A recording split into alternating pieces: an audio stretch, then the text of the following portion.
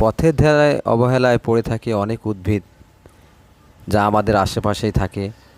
আমি আজকে যে উদ্ভিদের কথা বলবো, এই উদ্ভিদের নাম জার্মানি লতা।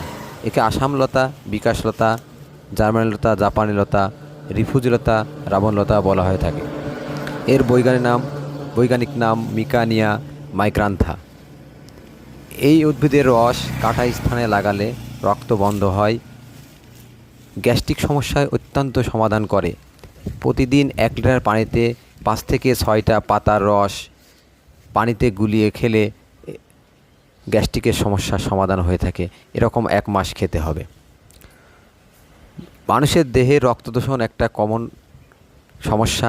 এই রক্তদূষণের জন্য অনেক টাকা খরচ করেও সমস্যার সমাধান হয় না, কিন্তু 4 চা চামচ পাতার রস মধুর সাথে মিশিয়ে 1 মাস নাগাদ খেলে রক্তদূষণের